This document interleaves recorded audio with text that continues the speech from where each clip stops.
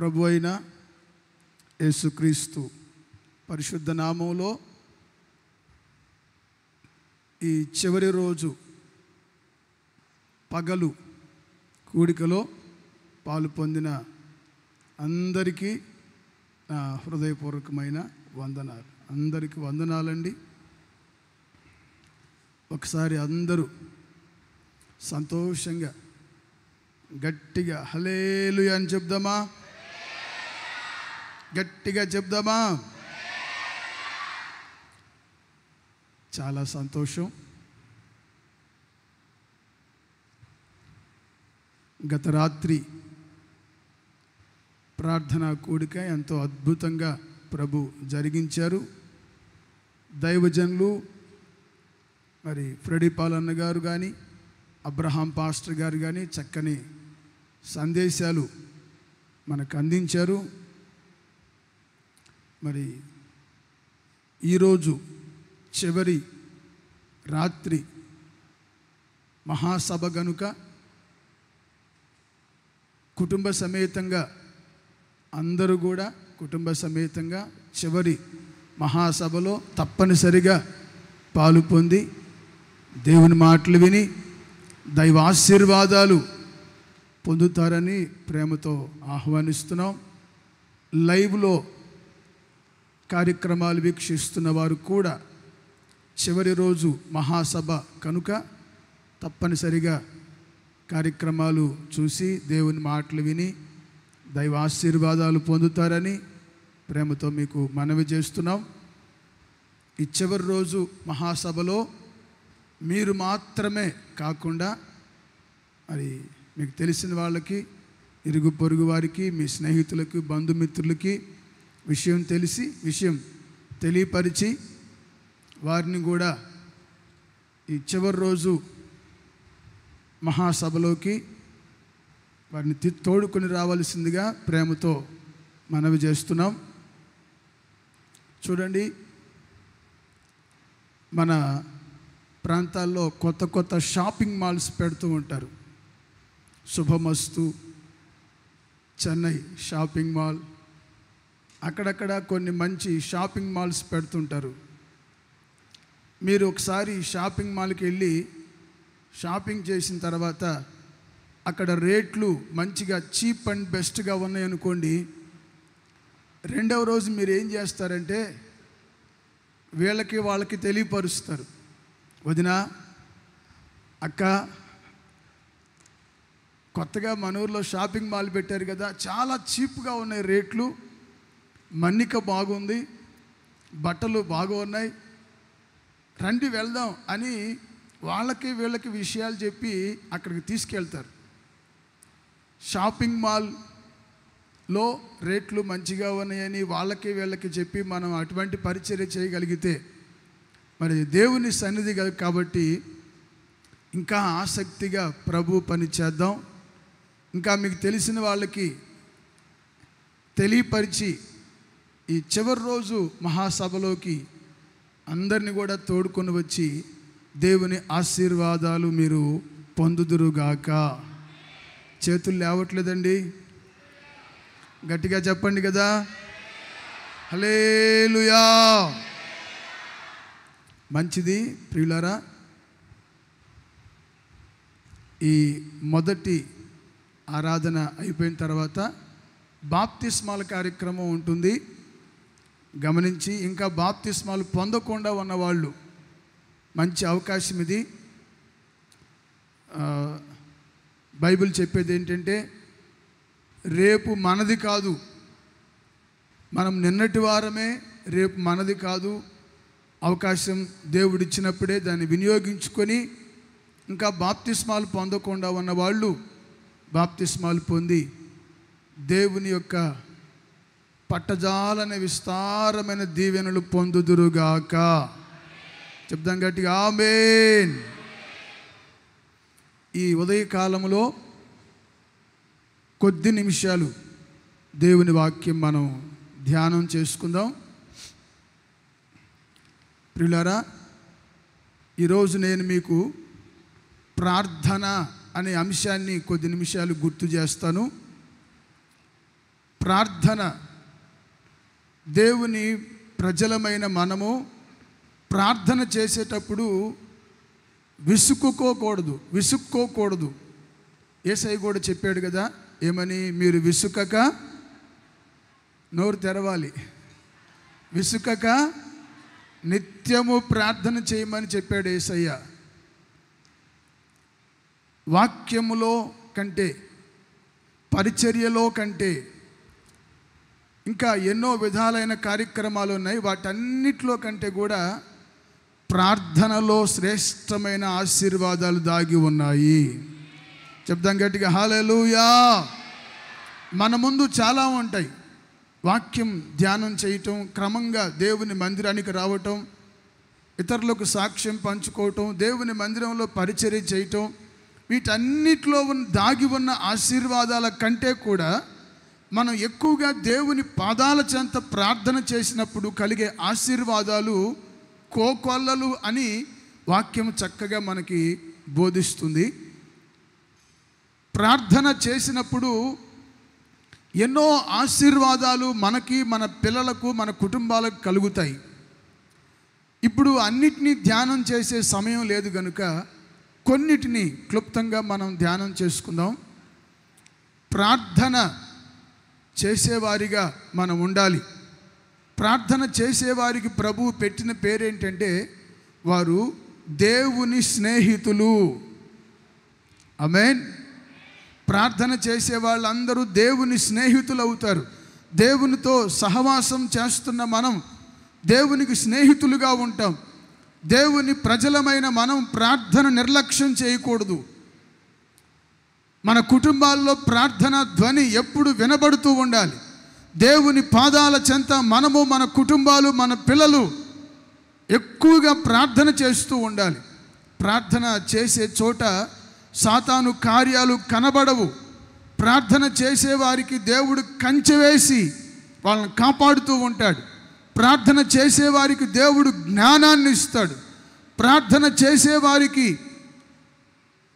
శూరకార్యములు చేసే సామర్థ్యాన్ని దేవుడు దయచేస్తాడు. మన పితరులు పరిశుద్ధ గ్రంథంలో ప్రార్థన చేసి ఎన్నెన్నో గొప్ప కార్యాలు చేయగలిగారు. ప్రార్థన చేసి సింహపు నోళ్ళు మోయగలిగారు. దేవునికి మహిమ కలుగునుగాక. చెప్దాం గట్టిగా, చెయ్యి పైకైతే, హల్లెలూయా. మన పితరులు ప్రార్థన చేసి సింహాల నోళ్ళు మూయగలిగారు. మన పితరులు ప్రార్థన చేసి అగ్ని బలాన్ని చల్లార్చగలిగారు. ప్రార్థన చేసి యుద్ధములలో జయము పొందారు. ప్రార్థన చేసి సముద్రాన్ని పాయలుగా చేయగలిగారు. ప్రార్థన చేసి ఎరికో ప్రాకారాన్ని కుప్ప కూల్చగలిగారు. ప్రార్థన చేసి యోర్దానుని వెనుకకు తిప్పికొట్టారు. ఇలా మనము చెప్పుకుంటూ వెళ్తే ప్రార్థన ద్వారా మన పితరులు ఎన్నో గొప్ప కార్యాలు చేశారు. ఒక్క మాటలో చెప్పాలంటే ప్రార్థనకు అసాధ్యమైన కార్యమే లేదు. గట్టిగా చెప్తే ఏమవుతుందంటారు? గట్టిగా, ప్రార్థనకు అసాధ్యమైన కార్యమే లేదు. ఈ రోజున దేవుని సన్నిధికి వచ్చిన దేవుని ప్రియులారా, మన ప్రార్థన పద్ధతిని మార్చుకుందాం. మన ప్రార్థన సమయాన్ని పెంచుకుందాం. ప్రభుతో సహవాసాన్ని ఇంకా పెంపొందించుకుందాం. ప్రభు గొప్ప కార్యాలు మన కోసం చేయబోతూ ఉన్నాడు. ఒకసారి అందరూ బైబిల్ చూపిస్తారా? బైబిల్ తీసుకొచ్చే ఉంటారు మీరంతా. Very good, very good. చాలా సంతోషం అండి, చాలా సంతోషం.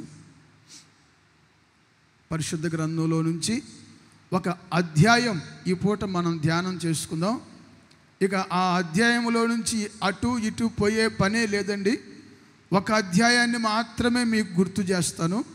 ఇంచుమించుగా ఆ అధ్యాయంలో ప్రార్థన చేసేవారి కొరకు 7 విధములైన అద్భుతమైన ఆశీర్వాదాల గురించి రాయబడి ఉంది. ఒక్క అధ్యాయం మాత్రమే మనము ధ్యానం చేసుకుందాం. ఆ అధ్యాయం ప్రారంభంలో ప్రార్థన గురించి రాయబడి ఉంటుంది. ఇక అక్కడ కొన్ని అద్భుతమైన ఆశీర్వాదాల గురించి మనము చూస్తాము. ఆ అధ్యాయము చాలాసార్లు మన వాళ్ళు చెప్తూ ఉంటారు 333 అని, 333 అని. ఇర్మియా గ్రంథం 33వ అధ్యాయం 3వ వాక్యాన్ని మనం చదువుకుందాం.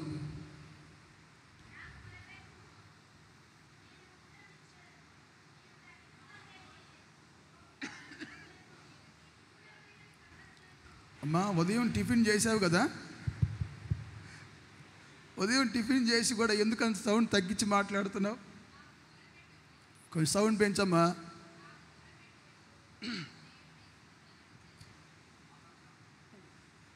నాకు మొరపెట్టుము. అందరూ కూడా చూడండి, మైక్లో చదువుతున్నారు. నాకు మొరపెట్టుము, నేను నీకు ఉత్తరం ఇచ్చేదను. నేను నీకు ఉత్తరం ఇచ్చేదను. నీవు గ్రహింపలేని గొప్ప సంగతులను గూఢమైన సంగతులను నీకు తెలియజేసేతును. గట్టిగా చప్పట్లు కొడదామా యేసయ్య కోసం. అందరూ, పురుషులు కూడా, వెనక్కున్న వాళ్ళు కూడా అందరూ కలిసి గట్టిగా చప్పట్లు కొట్టేసే నామాన్ని మహింపడదాం. హల్లెలూయా. ఈ ఉదయకాల సమయంలో ఒక వాగ్దానాన్ని ప్రభు మనకు గుర్తు చేస్తున్నారు. నాకు మొర్రపెట్టుము, నాకు నా పాదాల చెంత నువ్వు ఆసక్తిగా ప్రార్థన చేయి, పట్టుదలతో ప్రార్థన చేయి, కన్నీరు విడిచి ప్రార్థన చేయి. నా పాదాల చెంత నువ్వు ఆసక్తిగా ప్రార్థన చేయగలిగితే, బైబిల్లో మనం చూస్తాము, నేను నీకు ఉత్తరం ఇచ్చేదను, నేను వెంటనే నీకు సమాధానం ఇస్తాను, నీవు గ్రహింపలేని గూఢమైన సంగతులు నీకు బయలుపరుస్తానని ప్రభు సెలవిస్తున్నాడు. ప్రియులారా, మన దేవుడు ఎవరో తెలుసండి? ప్రార్థన ఆలకించువాడై ఉన్నాడు. గట్టిగా చెప్పండి, ఎవరైనా. అందరూ చెప్పాలి, ఎవరైనా. మన దేవుడు ప్రార్థన ఆలకిస్తాడండి. చెవియొగ్గి నీవు నోరారా ప్రార్థన చేయగలిగితే ఆయన చెవులారా నీ ప్రార్థన ఆలకిస్తాడు. ప్రియులారా, నీవు మోకరించి ప్రార్థన చేయటం మొదలు పెడితే ప్రభు పరలోకం విడిచి నీ దగ్గరకు వచ్చి నీ ప్రక్కనే ఉండి నీ ప్రార్థనలు ఆలకిస్తాడు. అంత మాత్రమే కాదు, ఆయన ఎవరంటే నువ్వు అడిగిన దానికంటే, ఊహించిన దానికంటే అద్భుతమైన కార్యాలు నీ కొరకే దేవుడు చేయబోతూ ఉన్నాడు. మన దేవుడు ప్రార్థన ఆలకించే దేవుడు. చాలామంది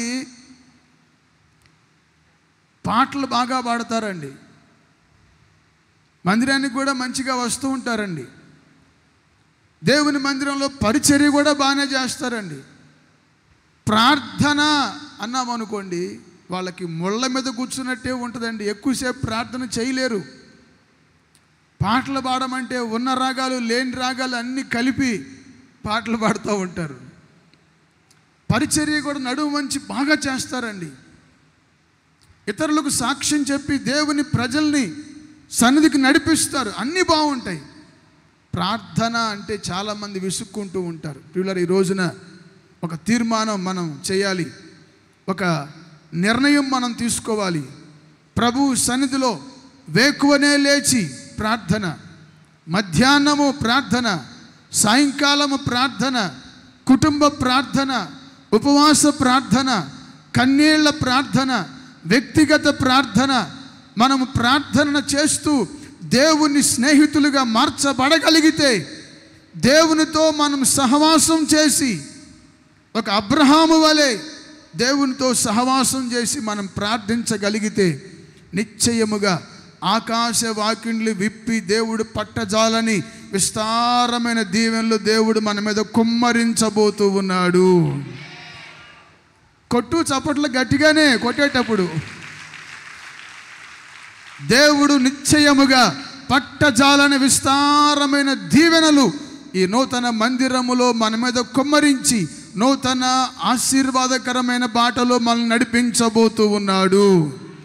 పరిశుద్ధ గ్రంథంలో ఒక భక్తుడు ఉన్నాడండి, ఆయన పేరు యాకోబు. ఆయన దేవుని సన్నిధిలో ఎలా ప్రార్థన చేశాడో బైబిల్లో చక్కగా రాయబడి ఉంది. ఎలా ప్రార్థన చేశాడో తెలుసండి? మగసిరి గలవాడై ప్రార్థన చేశాడంట. దేవునికి స్తోత్రం. ఎలా ప్రార్థన చేశాడండి? మగసిరి గలవాడై దూతతో పోరాడి రాత్రంతా ప్రార్థన చేశాడంటండి. యబ్బోకు రేవు దగ్గర యాకోబు మగసిరి గలవాడై కన్నీళ్లతో దూతతో పోరాడి యాకోబు ప్రార్థన చేశాడండి. ఎంతవరకు ప్రార్థన చేశాడో తెలుసా? దేవుడు ప్రత్యక్షమై అతని పేరు మార్చి అతన్ని ఆశీర్వదించేంత వరకు యాకోబు ప్రార్థన చేస్తూనే ఉన్నాడు. కన్నీళ్లు విడిచి ప్రార్థన చేస్తున్నాడంట. ఇదిగో ఇక్కడ కూడి వచ్చిన దేవుని ప్రియులారా, మనమందరము కూడా ఒక యాకోబు వలె మగసిరి గలవారమై ప్రార్థనలో పోరాడుదుముగాక. ప్రార్థన ప్రభు ప్రత్యక్షమై మనల్ని మన కుటుంబాల్ని ఆశీర్వదించేంత వరకు ఆయన పాదాలు పట్టుకొని కన్నీరు విడిచి ఆయన సన్నిధిలో మనం ప్రార్థన చేస్తే తప్పనిసరిగా ప్రభు మనల్ని మన చెంత నిలిచి మన విన్నపాలు ఆలకించి తప్పనిసరిగా మన హృదయ అభిలాషను గుర్తెరిగి అద్భుతంగా మనకు సహాయం చేసి అనేకులకు మనం ఆశీర్వాదకరంగా ఉండేట్లుగా మన ప్రభు మనల్ని చేయబోతూ ఉన్నాడు. ఆమేన్. ఈ రోజున వాక్యంలో మనం చదువుకున్నాం కదా, ఏమని? నాకు మొర్రపెట్టుము నేను నీకు, చెప్పాలి గట్టిగా, నాకు మొర్రపెట్టుము నేను నీకు. ప్రియులారా, చాలాసార్లు మనం వెళ్ళి స్నేహితుల దగ్గర మొర్రపెడుతూ ఉంటాం. నాకు ఇంత హెల్ప్ చేయి, 10,000 సహాయం చేయి, 20,000 సహాయం చేయమని. స్నేహితుల దగ్గర, బంధుమిత్రుల దగ్గర, ఇరుగు పొరుగు వారి దగ్గర అక్కడ ఇక్కడ మొర్రపెట్టడం కాదండి ప్రభు చెప్పిన మాట. ప్రభు చక్కగా చెప్తున్న మాట, నాకు మొర్రపెట్టుము. నేను ప్రార్థన ఆలకించే దేవుణ్ణి. నీ ప్రార్థన విని వెంటనే దిగివచ్చి నీకు సహాయం చేసే సృష్టికర్త అయిన దేవుణ్ణి. ప్రియులారా, ఈ రోజున మనం మొరపెట్టాల్సింది మన తండ్రికి, మన ప్రభుకి, మన త్రియేక దేవుడు. ఒక యాకోబు మొరపెట్టాడు చూడండి, మగసిరి గలవాడై దూతతో పోరాడి జయమొందినట్లుగా మనం చూస్తాం. ఈ రోజున ఆ విధంగా మనమందరము కూడా చక్కగా చేతులెత్తి మోకరించి, చేతులెత్తి మనసారా ఆసక్తిగా అత్యాసక్తిగా నోరార మనసారా మనం ప్రార్థన చేయగలిగితే తప్పనిసరిగా ప్రభు మన పక్షంగా ఉండి, మన పక్షంగా ప్రభు నిలబడి మునుపటి కంటే అధికమైన మేళ్ళు చేయబోతూ ఉన్నాడు. చెప్దామా గట్టిగా? హల్లెలూయా. అందరూ చేతులు పైకి ఎత్తట్లేదు, గట్టిగా చెప్పు హల్లెలూయా. నేను నీకు విస్తరించి మాట్లాడను, కానీ ఈ అధ్యాయములో చాలా ఆశీర్వాదాల గురించి రాసి ఉంది. కానీ సమయం ఉంది కనుక ఒక 7 మాటలు క్లుప్తంగా మీకు నేను చెప్తానండి. ఈ అధ్యాయంలో నుంచే ఇక వేరే అధ్యాయాలకు పోయే పని లేదు, వేరే పుస్తకాల్లోకి వెళ్ళే పని లేదు, అటు ఇటు వెళ్ళే పని లేదు. ఒకే అధ్యాయంలో రాయబడిన 7 విషయాలను మీకు క్లుప్తంగా నేను చెప్పి ముగిస్తానండి. మనము ఈ అధ్యాయంలో ప్రారంభంలో ఏం చదువుకున్నాము చెప్పండి ఒకసారి. నాకు మొర్రపెట్టుము, ఉండండి, నాకు మొర్రపెట్టుము అని వీళ్ళు చెప్తారు, నేను నీకు ఉత్తరం ఇస్తానని మీరు చెప్పండి. చెప్పండి అక్కలారా. ఉండు, మొత్తం మీరు చెప్పకూడదు, ఒకటే మీరు చెప్పాలి. గట్టిగా చెప్పండి. దేవునికి మహిమ కలుగునుగాక. చెప్తాం గట్టిగా హల్లెలూయా.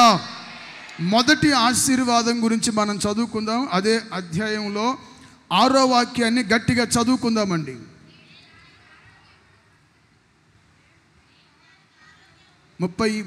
ఇర్మియా గ్రంథం 33వ అధ్యాయం 6వ వాక్యం. నేను దానికి ఆరోగ్యమును, నోట్ చేయండి, నేను దానికి ఆరోగ్యమును స్వస్థతను మరలా రప్పించుచున్నాను. మరలా రప్పించుచున్నాను, వారిని స్వస్థపరచుచున్నాను, వారికి సత్య సమాధానములను సమృద్ధిగా బయలుపరచెదను. గట్టిగా చప్పట్లు కొడదాం యేసయ్య కోసం, గట్టిగా గట్టిగా అందరూ హుషారుగా. చెరలో నుండిన యూదా వారిని చాలక పరిశుద్ధ గ్రంథంలో ఇర్మియా గ్రంథం 33వ అధ్యాయం 6వ వాక్యంలో రాయబడిన మొదటి వాగ్దానం గురించి మనం చూస్తున్నాం. ప్రియులారా, ఎవరైతే దేవుని పాదాల చెంత ఆసక్తిగా పట్టుదలగా దేవునికి ప్రార్థన చేస్తారో, విసుకక దేవుని సన్నిధిలో ప్రార్థన చేస్తారో, వారితోనే ప్రభువు చెప్తున్న ప్రశస్తమైన వాగ్దానం ఏంటంటే, నేను వారికి ఆరోగ్యము కలుగు చేస్తాను. దేవునికి మహిమ కలుగునుగాక. మీకు సంతోషం లేదా? మరి సగం చెయ్యి పైకెత్తున్నాడు, గట్టిగా చెప్పండి హల్లెలూయా.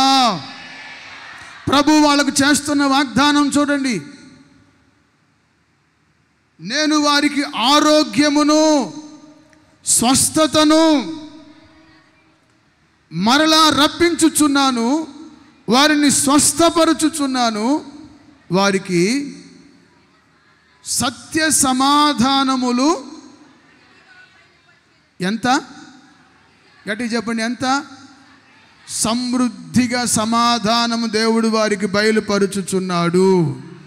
ప్రార్థన చేసే తన ప్రజలకు దేవుడు స్వస్థతను అనుగ్రహించుచున్నాడు, వారిని స్వస్థపరుస్తున్నాడు. ఈరోజున దేవుని సన్నిధికి వచ్చిన దేవుని ప్రియులారా, ఒకవేళ డాక్టర్లు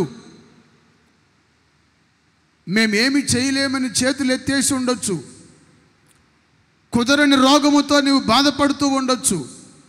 ఈ ఉదయకాలం ప్రభు నీతోనే స్పష్టంగా మాట్లాడుతున్న మాట ఏంటంటే, నువ్వు ఆయన సన్నిధికి వచ్చి ఆయన పాదాలు పట్టుకొని ఆయన సన్నిధిలో నిన్ను తగ్గించుకొని ప్రార్థన చేసి చూడు, ప్రయత్నం చేసి చూడు. నిశ్చయముగా ప్రభు ఆయన మాట నీ కొరకు పంపి నిన్ను ప్రభు బాగు చేయబోతూ ఉన్నాడు, నిన్ను ప్రభు స్వస్థపరచబోతూ ఉన్నాడు. అరికాలు మొదలుకొని నడినెత్తి వరకు సర్వ శరీరములో సమృద్ధి ఆరోగ్యం నా దేవుడు నీకు కలుగు చేయునుగాక. ఆయన ఎవరండి? ఆరోగ్య ప్రదాత. మన ప్రభు పరమ వైద్యుడై ఉన్నాడు. ప్రభు నిన్ను స్వస్థపరచాలని కోరుకుంటూ ఉన్న సమయం ఈ సమయం. ఇదిగో ఈ సమయంలో ప్రభు మన కొరకు తన చేతిని చాపి ఉన్నాడు. బైబిల్లో మనం చూస్తాము, యెహోవా హస్తము కొరచ కాలేదు అని రాయబడిందండి. రక్షింపనేరకముండునట్లు యెహోవా హస్తము కొరచ కాలేదు అని రాయబడింది. ప్రియులారా, ఆయన యందు విశ్వాసం ఉంచి నీవు నిరీక్షణతో ప్రార్థన చేయగలిగితే ఖచ్చితంగా ప్రభు తన యొక్క నోటి మాట పంపి నిన్ను సంపూర్ణంగా స్వస్థపరిచి ఉద్ధరించి బలపరిచి బాగు చేసి నడిపించునుగాక. అక్కడ మరిన్ని మాటలు రాస్తున్నాయండి. స్వస్థపరుస్తానని చెప్పాడు, ఆరోగ్యం ఇస్తానని చెప్పాడు. కంటిన్యూషన్లో మనం చూస్తాము, వారికి సత్య సమాధానములను సమృద్ధిగా ఇస్తానని చెప్పాడు. ఏమిస్తాడంట? సమాధానం. ఈ రోజున చాలామంది కుటుంబాల్లో సమాధానం ఉండట్లేదండి, సంతోషం లేదండి. అన్నీ ఉన్నాయి, ఆస్తిపాస్తులు అన్నీ ఉన్నాయి, ఏమీ తక్కువ లేదు, కానీ సమాధానం లేదు. చాలా కుటుంబాల్లో సమాధానం లేదు. అయితే ఈ రోజున ఇదిగో వాగ్దానంలో ప్రభు చెప్తున్న మాట ఏంటంటే, నేను నీకు సత్య సమాధానములు సమృద్ధిగా బయలుపరుస్తానని ప్రభు సెలవిస్తున్నాడు. ఆయన సమాధానకర్త. ప్రభు చెప్పాడు, నా శాంతినే మీకు అనుగ్రహిస్తానని చెప్పాడు. లోకం ఇచ్చినట్టుగా కాదు, నా శాంతినే మీకు అనుగ్రహించి వెళుతున్నానని చెప్పాడు. ప్రియులారా, నువ్వు కోరుకుంటున్న సమాధానం, నువ్వు కోరుకుంటున్న శాంతి, నువ్వు వెతుకుతూ ఉన్న సమాధానం, శాంతి, నెమ్మది, ఆ సమాధానం కోసం ఎక్కడికో వెళ్ళాల్సిన పని లేదు, ఏవేవో కార్యక్రమాలు చేయాల్సిన పని లేదు. ప్రభువు చెప్తున్నాడు, నా సమాధానం, నా శాంతిని మీకు అనుగ్రహిస్తానని. ఒక తల్లి గురించి బైబిల్లో రాయబడిందండి. 18 సంవత్సరాలుగా ఆమె బాధపడుతూ ఉందండి. నడుము వంగిపోయిన పరిస్థితుల్లో సాతాను ఆమెని బలహీనపరుస్తూ ఉండగా 18 ఏళ్లుగా నడుము వంగిపోయిన పరిస్థితుల్లో ఉంది. అయితే ఆమె సమాజ మందిరానికి క్రమంగా, దేవుని ఆలయానికి క్రమంగా వెళ్తుందండి. క్రమం తప్పకుండా దేవుని మందిరానికి వెళ్తుంది. ప్రియులారా, ఆమె నిరీక్షించినట్లుగా, ఆమె కోరుకున్నట్లుగా, ఆమె ప్రార్థించినట్లుగానే ఒకరోజు వచ్చిందండి. ప్రభు అయిన యేసుక్రీస్తు ఆమెను వెతుక్కుంటూ అదిగో ఆ దేవాలయానికి, సమాజ మందిరానికి వెళ్ళాడండి. వెళ్ళి ఆమెని అక్కడెక్కడో కూర్చున్న తల్లిని పిలిచాడు. అమ్మా అని పిలిచి ఆమెను ముట్టి ఆమెను స్వస్థపరిచాడు. ఆమె మీద చేతులు ఉంచగానే బైబిల్ చెప్తుంది, వంగిపోయి ఉన్నటువంటి ఆ తల్లి చక్కగా నిలిచి దేవుని మహిమపరిచెను. కొట్టు చప్పట్లు గట్టిగానే. అక్కడ రాసి ఉంటుందండి, సాతాను బలహీనపరిచిన అబ్రహాము కుమార్తె అని ఈమెను ఈ విశ్రాంతి దినమున స్వస్థపరచ తగదా అని ప్రభు అయిన యేసు మాట్లాడారు. 18 సంవత్సరాలుగా సాతాను బలహీనపరిచిన ఆమెను ప్రభు అయిన యేసు ముట్టి స్వస్థపరిచి, సాతాను గద్దించి, బంధకాలు తెంచివేసి, నడువు వంగిపోయిన స్త్రీని చక్కగా నిలబెట్టి ఆమె దేవుణ్ణి మహిమపరిచేట్లుగా చేసిన యేసు ఆయన సజీవుడై ఉన్నాడు. మన మధ్యలో నిలిచే ఉన్నాడు. నిన్ను నన్ను స్వస్థపరిచే దేవుడైన నీవు ఆయన పాదాల చెంత మోకరించి ప్రార్థించగలిగితే చాలు, నిశ్చయముగా ఆయన తన వాక్కును పంపి బాగు చేసి నిన్ను లేవనెత్తి నిన్ను స్వస్థపరిచి ఆయురారోగ్యాలతో దీర్ఘాయువుతో ప్రభు తృప్తిపరచుచున్నాడు. ఆమేన్. 18 ఏళ్లుగా నడువు వంగిపోయిన ఆ స్త్రీని ప్రభు స్వస్థపరిచాడు. అక్కడ మనం చూస్తాము, బంధకాలు కూడా ప్రభు తెంచేసాడంటండి. లూకా సువార్త 13వ అధ్యాయం దయచేసి చదవండి.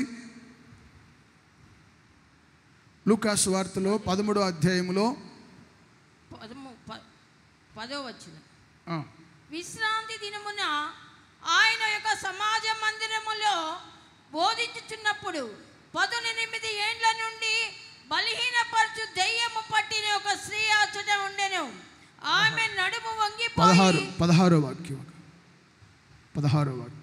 ఇదిగో 18 ఏండ్ల నుండి సాతాను బంధించిన అబ్రహాము కుమార్తె అయిన ఈమెను విశ్రాంతి దినమందు ఈ కట్ల నుండి విడిపింపగదా అని అతనితో చెప్పెను. ఆయన ఈ మాటలు చెప్పినప్పుడు ఆయన ఎదిరించిన వారందరూ సిగ్గుపడిరి. దేవునికి స్తోత్రం. చెప్పాలి, గట్టిగా చెప్పాలి. హల్లెలూయా. 18 ఏండ్ల నుండి సాతాను బంధించిన ఆమెను ఆమె కట్ల నుంచి విడిపించి దేవుడు ఆమెను స్వస్థపరిచినట్లు మనం చూస్తున్నాం.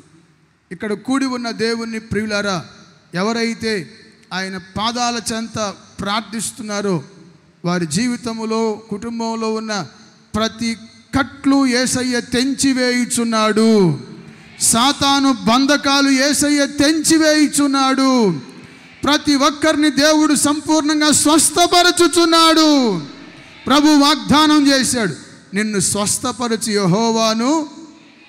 గట్టిగా చెప్పాలండి బాబు. ఎంతమందికి స్వస్థత కావాలి?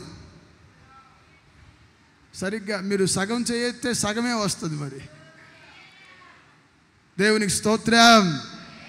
ఈ నూతన మందిర ఆవరణములో ఆశగా, ఆసక్తిగా కూడి వచ్చిన బిడ్డలారా, మిమ్మల్ని అందరినీ మన ప్రభు స్వస్థపరిచి ఆరోగ్యవంతులుగా ఆశీర్వదించబోతూ ఉన్నాడు.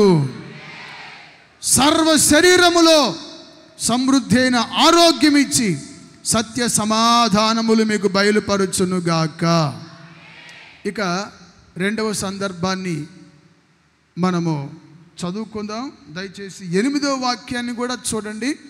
33వ అధ్యాయంలోనే ఇర్మియా పుస్తకం 33వ అధ్యాయము 8వ వాక్యాన్ని కూడా చదువుకుందామండి. వారు నాకు విరోధముగా చేసిన పాప దోషముల నిలవకుండా వారిని పవిత్రపరుతును. వారు నాకు విరోధముగా చేసిన దోషములన్నింటినీ తిరుగుబాటులన్నింటినీ క్షమించేదను. చాలండి. తిరుగుబాట్లు, దోషములు, అక్రమములు అన్నిటినీ యేసయ్య క్షమించేస్తాడంటండి. దేవునికి స్తోత్రం. 8వ వాక్యాన్ని మీరు చదవగా విన్నారు కదా. అందులో రాయబడిన మాట ఏంటంటే, నాకు విరోధముగా చేసిన తిరుగుబాటులు, నాకు విరోధంగా చేసిన పాపములు, దోషములన్నిటిని నేను క్షమిస్తాను. బైబిల్లో ఒక మాట రాసింది ఏంటంటే, మన దోషములు మన దేవునికిని మనకిని అడ్డుగా వచ్చాయంటండి. మన పాపములు దేవునికి మనకి మధ్యలో అడ్డుగా వస్తాయంటండి. అయితే ఇదిగో దేవుని సన్నిధిలో ఎవరైతే ఆయన పాదాల చెంత ఆసక్తిగా మనసారా ప్రార్థన చేస్తారో వారి జీవితంలో ఉన్న దోషములు, పాపములు, అతిక్రమాలు, తిరుగుబాట్లన్నిటినీ దేవుడు క్షమించి దేవుడు మనల్ని స్వతంత్రులుగా ఆశీర్వదించుచున్నాడు. చెప్పు గట్టిగానే హల్లెలూయా. ఆ దోషములన్నీ దేవుడు తొలగిస్తాడట. అతిక్రమాలు, పాపాలు, అవిధేయతలు, బుద్ధిహీనతలు, మనము కొన్ని సందర్భాల్లో తెలుసో తెలియకో చేసిన పొరపాట్లు, బుద్ధిహీనతలన్నీ కూడా దేవుడు క్షమించి దూరపరుస్తాడట. దేవుడు ఒకసారి చెప్పాడు యేసయ్య ఏంటంటే, ఆయన సన్నిధిలో మనం మనసారా ప్రార్థన చేస్తే మన పాపాలన్నీ కూడా దేవుడు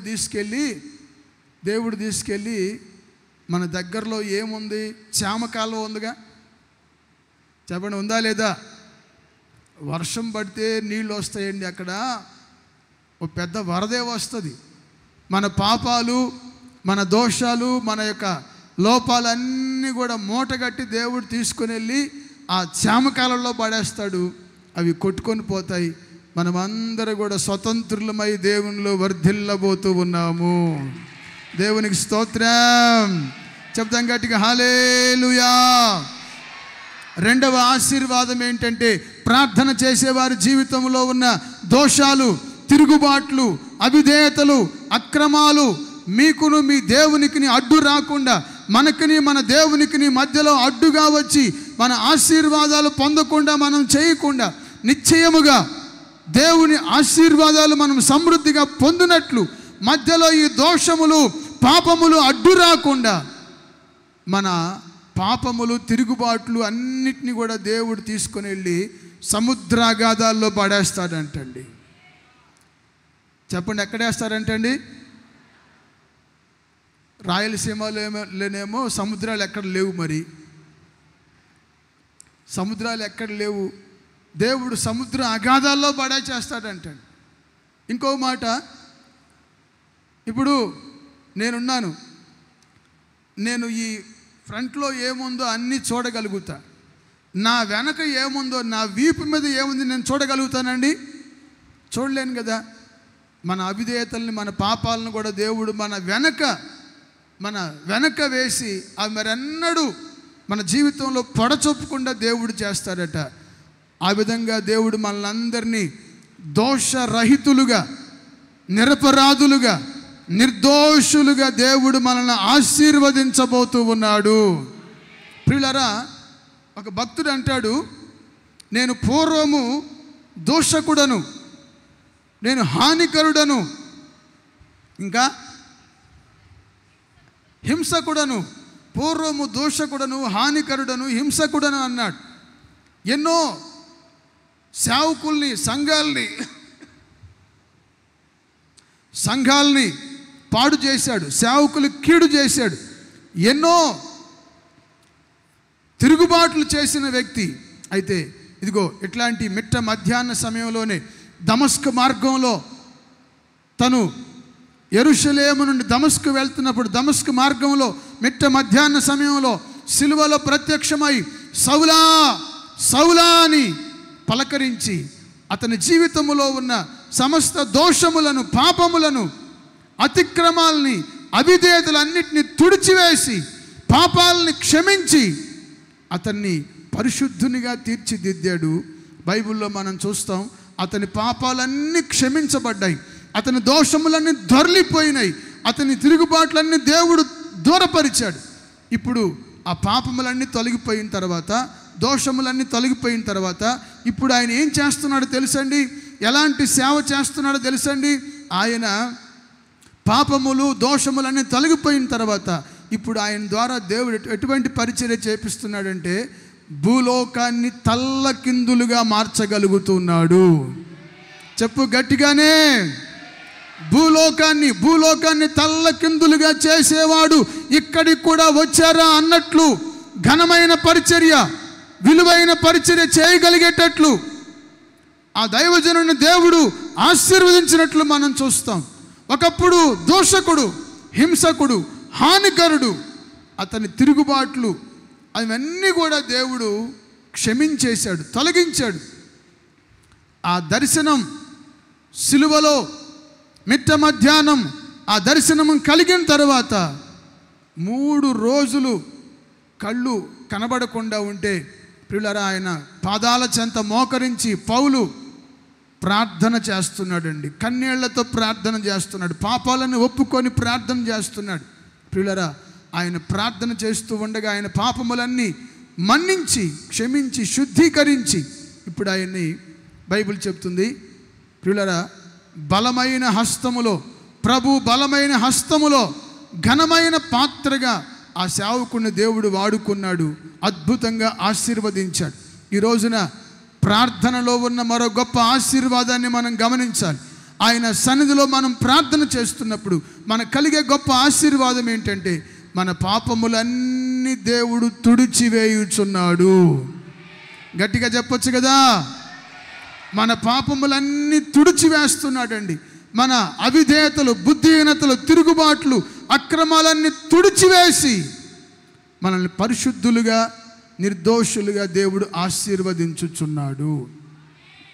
3వ సందర్భాన్ని, అక్కడే మరొక వాక్యాన్ని మనం చదువుకుందాం. ఇర్మియా గ్రంథం 33:9 చూడండి. భూజనుల ఎదుట అందరూ వారు నాకు ఇష్టమైన పేరుగాను, స్తోత్ర కారణముగాను, ఘనతాస్పదముగాను ఉందురు. చాలండి. ఈ 33వ అధ్యాయం 9వ వాక్యాన్ని మనం గమనిస్తే చక్కని మాట ప్రభువే చెప్తున్నాడు. ఈ మాట ఏమిటంటే అందరూ చూడండి, భూజనులందరి ఎదుట వారు నాకు ఇష్టమైన పేరుగాను, స్తోత్ర కారణముగాను, ఘనతాస్పదముగాను ఉందురు. దేవునికి స్తోత్రం. ఈ ఆరాధనలో, ఈ ప్రార్థనలో పాలు పొందిన ప్రియులరా, మీరు భూజనులందరి ఎదుట, మీ ఇరుగు పొరుగు వారి ఎదుట, మీ స్నేహితుల మధ్యలో, మీ బంధుమిత్రుల మధ్యలో మన ప్రభు మనల్ని ఘనతాస్పదముగా ఉండేట్లుగా చేయబోతూ ఉన్నాడు. దేవునికి స్తోత్రం చెప్పండి గట్టిగా. ఘనతాస్పదముగా, ఘనత నిమిత్తమైన పాత్రగా ఘనపరచబడినట్లుగా ప్రభు వారి ముందు నిన్ను గొప్ప చేస్తాడు. ప్రభు నిన్ను వారి ఎదుట గొప్ప చేస్తాడు, ఘనపరుస్తాడు. ఘనత నిమిత్తమైన పాత్రగా నిన్ను ఆశీర్వదించబోతూ ఉన్నాడు. ఇది వాస్తవం. బైబిల్లో ఒక భక్తుడిని మీకు గుర్తు చేస్తాను. ఆయన పేరు ఏంటంటే యోబు. ఒకసారి చెప్పండి, గట్టిగా చెప్పాలండి. యోబు అనే భక్తుడు. ఆయన ఉన్న ప్రాంతంలో ఎంత గౌరవమో తెలుసండి, ఎంత ఘనతో తెలుసండి. యోబు గారు సాయంత్రం సరదాగా ఆ వీధిలో అలా నడుచుకుంటూ వెళ్తున్నాడంటండి. వీధిలో అలా నడుచుకుంటూ వెళ్తుంటే వాక్యంలో మీరు చూస్తారు, యవనస్తులు ఆయన్ని చూసి దాగుకొనిరి. తనకంటే పెద్ద వయసు కలిగిన వాళ్ళు ఆయన వస్తుంటే లేచి నిలవబడిరి. ప్రధానులు మాట్లాడకుండా మౌనంగా నోటి మీద వేలు వేసుకొనిరి అని రాయబడి ఉందండి. ఆయన ఆ వీధిలో అలా వెళ్తున్నాడు, రాజవీధిలో అలా వెళ్తున్నప్పుడు యవనస్తులు ఆయన్ని చూసి దాగుకున్నారంట. ఎందుకో తెలుసా? యవనస్తులు కనబడితే వాళ్ళ క్లాస్ బీగుతాడు. రే, బుద్ధుందా? ఏమిటి ఆ గడ్డం పెంచటం ఏంటి, ఆ జుట్టు పెంచటం ఏంటి? ఈ మధ్య అందరికీ జుట్టు పెంచడం బాగా ఫ్యాషన్ అయిపోయిందండి. జుట్టు పెంచటం, గడ్డం పెంచటం యవనస్తులైన మగపిల్లలకి, ఎస్పెషల్లీ మగపిల్లలకు బాగా ఒక ఫ్యాషన్ అయిపోయింది. యవనస్తులు ఆయన్ని చూసి దాక్కుంటున్నారంటండి. ఎందుకో తెలుసా? యవనస్తుల్ని గద్దిస్తాడు. ప్రధానులు, చదవండి ఒకసారి ఆ మాట, 29వ అధ్యాయం గట్టిగా చదవండి. 29వ అధ్యాయంలో యోబు గ్రంథం 8వ వచనం, 29:8 7 కూడా 7వ వాక్యం. 7 నుంచి పట్టణపు గుమ్మములకు నేను వెళ్ళినప్పుడు, పట్టణపు గుమ్మములకు నేను వెళ్ళినప్పుడు, రాజవీధిలో నా పీఠము సిద్ధపరచుకొనినప్పుడు యవ్వనులు నన్ను చూచి దాగుకొనిరి. చూడండి, యవ్వనస్తులు నన్ను చూచి దాగుకొనిరి. ముసలివారు లేచి నిలవబడిరి. అధికారులు మాట్లాడుట మాని నోటి మీద చెయ్యి వేసుకొనిరి. ప్రధానులు మాట్లాడుక ఊరుకొనిరి. వారి నాలుక వారి అంగిలికి అంటుకొనెను. దేవునికి స్తోత్రం. చూశారండి, ఆయన ఆ వీధిలో, ఆ ప్రాంతంలో అలా వెళ్తున్నప్పుడు అందరూ చూసి, ఆయన్ను చూసి ముసలి వాళ్ళు కూడా లేచి నిలబడుతున్నారంటండి. అధికారులు, ప్రధానులు మాట్లాడకుండా మౌనంగా ఉన్నారంటండి. మీకు చెప్పాను కదా, ఇక యవనస్తుల పరిస్థితి ఏంటంటే, ఈయన ఇట్లా వెళ్తుంటే ఆ స్తంభాలు చాటున, ఆ గోడల చాటున యవనస్తులు, ఆయన ఎందుకురా బాబు, ఆయన కనబడటం ఎందుకు, ఆయనతో తిట్టించుకోవటం ఎందుకురా అని యవనస్తులందరూ యోబు గారిని చూసి దాక్కుంటున్నారంటండి. వాక్యం చెప్తుంది ఏంటంటే, ప్రియులారా, మనమున్న ప్రాంతంలో దేవుడు మనల్ని అంత గౌరవంగా బ్రతికేటట్లు చేయబోతూ ఉన్నాడు. కొట్టు గట్టిగానే చప్పట్లు. మరి ప్రార్థన చేసే వారికి దేవుడు సమాజంలో వారిని గౌరవంగా బ్రతికేటట్లు చేస్తాడు, ఘనతాస్పదంగా ఉంచుతాడు. కొండ మీద కట్టబడిన పట్టణం వలె వారి అభివృద్ధి అందరికీ తేటగా కనబడినట్లు ఘనతాస్పదముగా, గౌరవప్రదముగా బ్రతికేటట్లు ప్రభు వారిని ఆశీర్వదిస్తాడు. యోబుకున్న మంచి హ్యాబిట్ చెప్పమంటారండి. ఆయన ప్రతి అరుణోదయము లేచి దేవుని సన్నిధిలో బలులు అర్పిస్తూ ఉంటాడంటండి. బలులు అర్పిస్తూ ఉంటాడండి. వేకువనే లేచి, ప్రతి అరుణోదయమున లేచి దేవునికి బలులు అర్పిస్తూ ఉంటాడట. ప్రియులారా, ఈ రోజున నీకు ఒక మంచి అలవాటు ఉండాలి. నీవు ఆ అరుణోదయమున లేచి ప్రార్థన చేసే అలవాటు నువ్వు చేసుకోవాలి. అదే నీ కుటుంబానికి ఆశీర్వాదం, అదే నీ పిల్లలకు జ్ఞానం, అదే నీ ఉద్యోగములో క్షేమం, అన్ని వైపులా ఆశీర్వాదము కలుగు చేసేది నీవు ప్రభు సన్నిధిలో చేసుకునే మనసారా ఆ ప్రార్థన నీకు అన్ని వైపుల క్షేమాన్ని కలుగు చేస్తుందనే విషయాన్ని నువ్వు మర్చిపోకూడదు.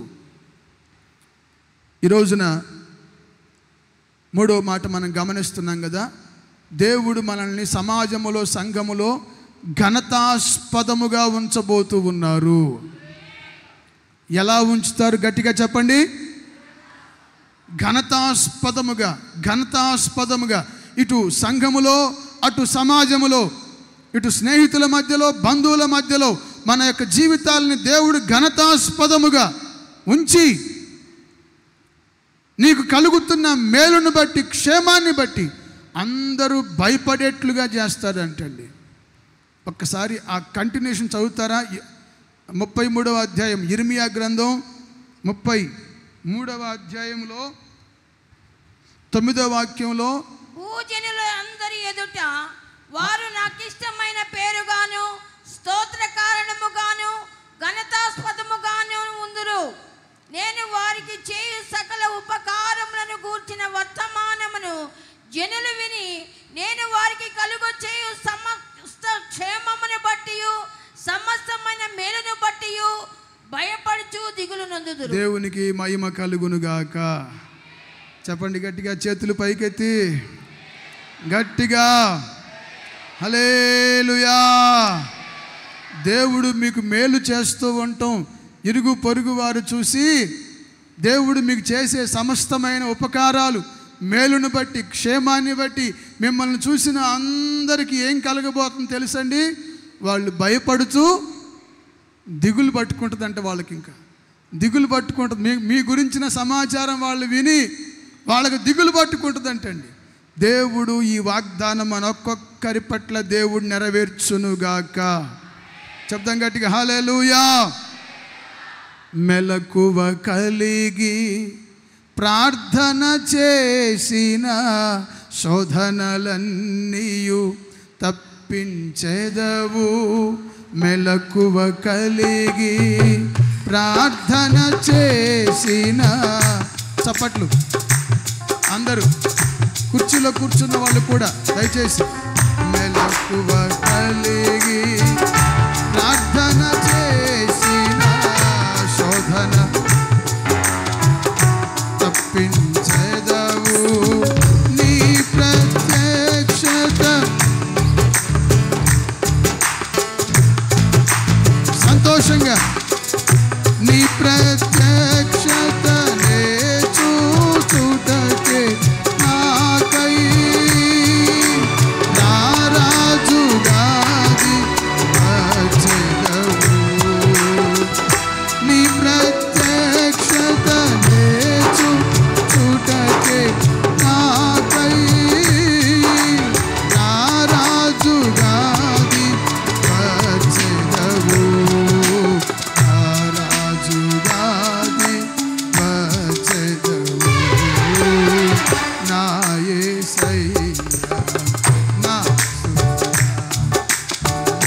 నైవేద్యములై రూపముగో చప్పట్లు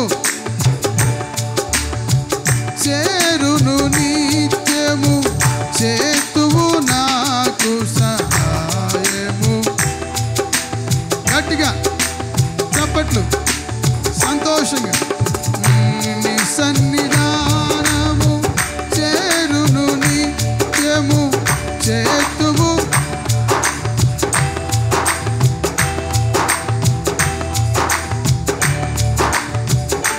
ఆత్మతోను మనస్సుతోను నేను విన్నపములు, ఆత్మతోను నేను చేయు ఆలకించి తండ్రి సన్నిధిలో, గట్టిగా గట్టిగా ఆలకించి తండ్రి సన్నిధిలో నాకై విజ్ఞాపన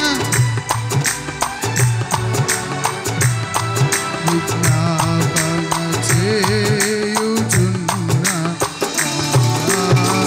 నా యేసయ్యా నా. సంతోషంగా అందరూ వెనుకున్న వాళ్ళు కూడా, నీ సన్నిధానము చేతువు నాకు సహాయము.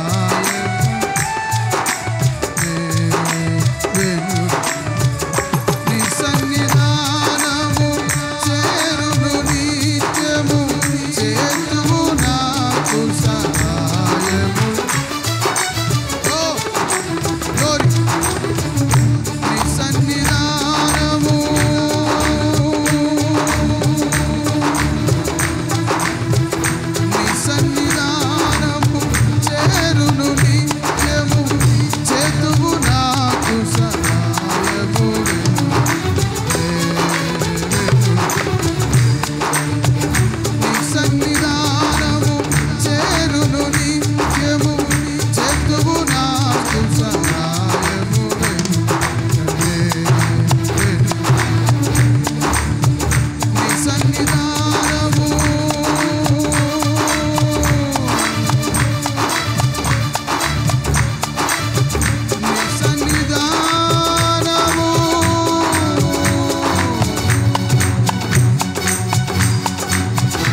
సన్నిధానం చేరును నిత్యము చేతువు నాకు సహాయము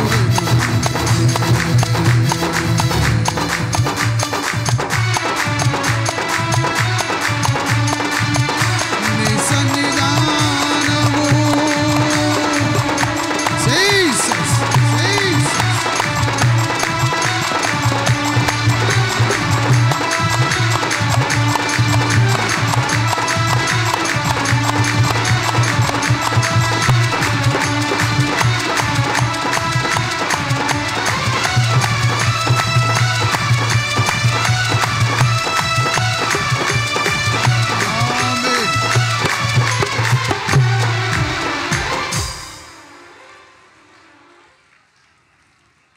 హల్లెలూయా. 3 విషయాలు మాత్రమే మనం ఇప్పుడు ధ్యానం చేసాం. ఇంకా 4 సందర్భాలు ఉన్నాయి. నాకు కూడా పాట పాడాలని ఉంది, ఆత్మలో ఆనందించాలని ఉంది, హర్షించాలని ఉంది. సమయం తక్కువగా ఉంది. అన్ని ఆశలు మనకున్నాయి, కానీ సమయం లేదు. సమయం తక్కువగా ఉంది. సమయాన్ని సద్వినియోగం చేసుకోవటం జ్ఞానుల లక్షణం. జ్ఞానుల లక్షణం సమయాన్ని సద్వినియోగం చేసుకోవటం. ఓకే. 4వ సందర్భాన్ని అదే అధ్యాయంలో నేను చదువుతాను. ఇది కొంచెం కన్ఫ్యూజ్గా ఉంటుంది. 10-11 వాక్యాల్లో రాయబడిన 10-11 వాక్యాలు రాయబడిన మాటను నేను చదువుతాను, గమనించండి. సంతోష స్వరమును, ఆనంద శబ్దమును, పెండ్లి కుమారుని స్వరమును, పెండ్లి కుమార్తె స్వరమును మరలా వినబడును. స్తోత్రం చెప్పొచ్చుగా, గట్టిగా గట్టిగా చెప్పొచ్చు కదా. 10-11 వాక్యాల్లో రాయబడిన మాట నేను చదువుతున్నాను, గమనించండి. సంతోష స్వరమును, ఆనంద శబ్దమును, పెండ్లి కుమారుని స్వరమును, పెండ్లి కుమార్తె స్వరమును మరలా వినబడును. మరలా వినబడును. తలల పైకెత్తి వినండి దయచేసి, అందరూ కూడా వినాలి. 10-11 వాక్యాల్లో రాయబడిన మాట ఏంటంటే, సంతోష స్వరము, ఆనంద శబ్దము, పెండ్లి కుమారుని స్వరము, పెండ్లి కుమార్తె స్వరము మరలా వినబడును, మరలా వినబడును అని. అంటే ఒకప్పుడు ఆ స్వరాలన్నీ కూడా మోగబోయినాయి. ఆనంద స్వరము లేదు, సంతోష శబ్దము లేదు, పెండ్లి కుమార్తె స్వరము లేదు, పెండ్లి కుమారుని శబ్దము లేదు. అవన్నీ మోగబోయినాయి. అంటే ప్రార్థన చేయలేకపోవటం వలన, ఆసక్తిగా ప్రార్థన చేయలేకపోవటం వలన అవన్నీ కూడా మోగపోయినాయి, మానిపోయినాయి. అయితే ఈ అధ్యాయం ప్రారంభంలో మనం చదువుకున్నాం కదా, ఎవరైతే దేవుని సన్నిధిలో తమ్మును తాము తగ్గించుకొని పాపములు ఒప్పుకొని దేవుని సన్నిధిలో ప్రార్థన చేస్తారో, సంతోష స్వరము మన కుటుంబాల్లో దేవుడు మరలా వినిపింపచేయుచున్నాడు. దేవునికి స్తోత్రం. మరలా మన కుటుంబాలలో ఘనకార్యాలు ప్రభు చేయబోతూ ఉన్నాడు. మన కుటుంబాలలో మనం ప్రార్థించినట్లుగా, మనము నిరీక్షించినట్లుగా, మనం ఎదురు చూసినట్లుగా, మనము ప్రయత్నించినట్లుగా, మనము ప్రార్థించినట్లుగా మన కుటుంబాలలో మరలా దేవుడు ఘనమైన కార్యాలు జరిగిస్తాడు. నీవు ప్రార్థనలో నిలబడగలిగితే, నీవు ప్రార్థన చేసే వ్యక్తిగా స్థిరపడగలిగితే, మరలా నీ చెవులకు మంచి వార్తలు నువ్వు వినబోతూ ఉన్నావు. గొప్ప కార్యాలు నువ్వు కన్నులార చూడబోతూ ఉన్నావు. నీ చెవులు వింటాయి, అద్భుతమైన కార్యముల గురించి నీ కళ్ళు చూస్తాయి. ఇందులో నన్ను ప్రభు ప్రేరేపించిన మాట ఏంటంటే, మరలా వినబడును, మరలా వినబడును. ప్రియులారా, బైబిల్లో ఒక చిన్న ఫ్యామిలీ ఉందండి. ఆ కుటుంబ యజమానురాలు పేరు నయోమి. కరువు వచ్చిందని ఆ బెత్లెహేము ప్రాంతం నుంచి మోయాబు దేశానికి వెళ్ళింది. మనకు తెలుసు ఆ చరిత్ర బాహాటముగా. తన భర్తని మగపిల్లల్ని కోల్పోయింది, వాళ్ళు చనిపోయారు. ప్రియులారా, చాలా నష్టపోయిందండి. ఇప్పుడు తప్పు తెలుసుకొని ఒక నిర్ణయానికి వచ్చింది. ఆమె ఏ దేశం నుంచి వచ్చిందో ఆ దేశానికి తిరిగి పోవాలని ఇప్పుడు ఆమె ప్రయాణం చేస్తూ తన 2 కోడళ్ళని పిలిచిందండి. పిల్లరా, ఓర్ప చిన్న కోడలు, రూతు పెద్ద కోడలు. స్తోత్రం చెప్పొచ్చుగా, గట్టిగా చెప్పొచ్చు కదా. ఓర్ప ఎవరు? రే, మీరు ఉదయం టిఫిన్ చేశారు కదా, గట్టిగా చెప్పండి కదా. ఓర్ప పొట్టెక్క, ఆమె పొట్టి, చిన్నక్క ఆమె. ఓర్ప చిన్న కోడలు, రూతు పెద్ద కోడలు. ఇద్దరిని పిలిచి చెప్పింది, అమ్మా నేను ఇప్పటికీ చాలా లాస్ అయిపోయాను, నష్టపోయాను. నేను మరలా నా స్వదేశానికి వెళ్ళాలని నిర్ణయించుకున్నాను. నేను బెత్లెహేముకి వెళ్ళిపోతున్నాను. మీ వయసు 20, నా వయసు 60. నేను మీకు ఇప్పుడే లైఫ్ స్టార్ట్ అవుతుంది, లైఫ్ ఇప్పుడే స్టార్ట్ అయింది. నేను చనిపోయే సమయం నాకు వచ్చింది.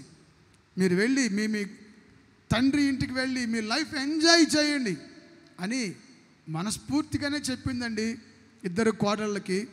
పిల్లరా, ఒక అమ్మాయి దాన్ని మంచిగా వినియోగించుకొని వెళ్ళి అత్తగారిని హగ్ చేసుకొని ముద్దు పెట్టి, ఆంటీ థ్యాంక్ యూ అని వాట్సప్పా హ్యాట్సప్పా ఏదో ఒకటి చెప్పి వెళ్ళిపోయిందండి. వర్ప వాళ్ళు చెప్పి వెళ్ళిపోయిందండి. రూతు అలా చేయలేదండి.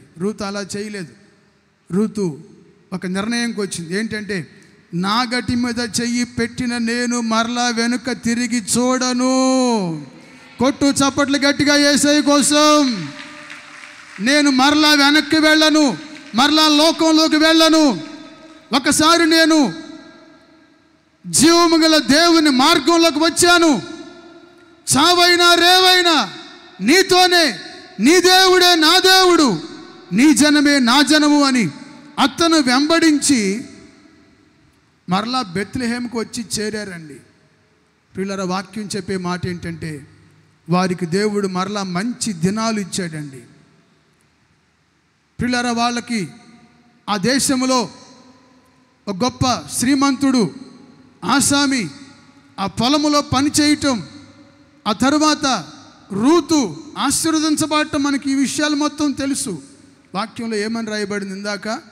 సంతోష స్వరమును చెప్పాలి, సంతోష స్వరమును, ఆనంద శబ్దమును, పెండ్లి కుమారుని స్వరమును, పెండ్లి కుమార్తె స్వరమును మరలా వినబడేట్లుగా ప్రభు చేశాడండి.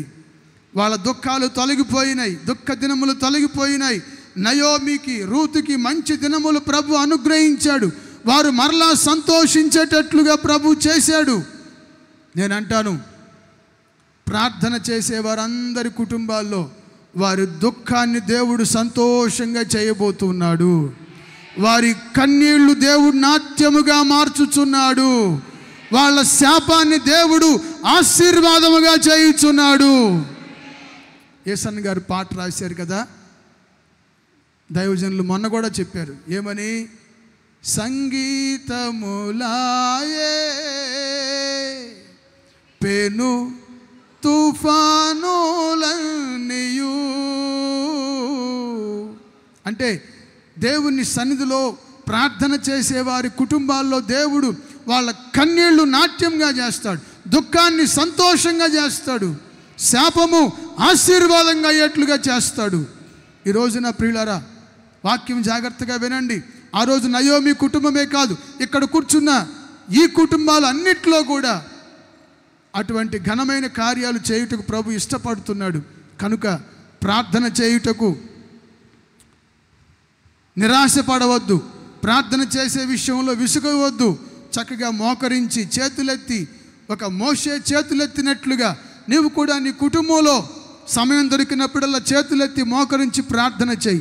దేవుడు మీ దుఃఖమును సంతోషముగా చేయబోతూ ఉన్నాడు. మీ కన్నీళ్లు నాట్యముగా మార్చబోతూ ఉన్నాడు. మీ శాపములన్నీ ఆశీర్వాదకరంగా చేయబోతూ ఉన్నాడు. పరిశుద్ధ గ్రంథంలో ఇంకొక మాట కూడా నేను మీకు గుర్తు చేస్తానండి. అదే 33వ అధ్యాయం 14వ వాక్యంలో రాయబడిన వాగ్దానాన్ని మనం చదువుకుందామండి. యెహోవా వాక్కు ఇదే, ఇశ్రాయేలు వంశస్థులను గూర్చియు యూదా వంశస్థులను గూర్చియు నేను చెప్పిన మంచి మాట నెరవేర్పు దినములు వచ్చుచున్నవి. గట్టిగా కొట్టు చప్పట్లు యేసయ్య కోసం గట్టిగా. ప్రియులారా, మన హోసన్నా మినిస్ట్రీస్కి కొద్ది కాలం క్రితం ఈ వాగ్దానం ప్రభు ఇచ్చారు. మరొకసారి ఆ వాగ్దానం జ్ఞాపకం చేసుకుంటున్నాం. నేను చెప్పిన మంచి మాట నెరవేర్చు దినములు వచ్చుచున్నవి అని రాయబడి ఉందండి. నేను చెప్పిన మంచి మాట నెరవేర్చు దినములు వచ్చుచున్నవి అని రాయబడి ఉంది. మన ప్రభు మనకిచ్చినటువంటి ఆ మాటలు, మాట తప్పేవాడు కాదండి, మాట మార్చుకునేవాడు కాదు.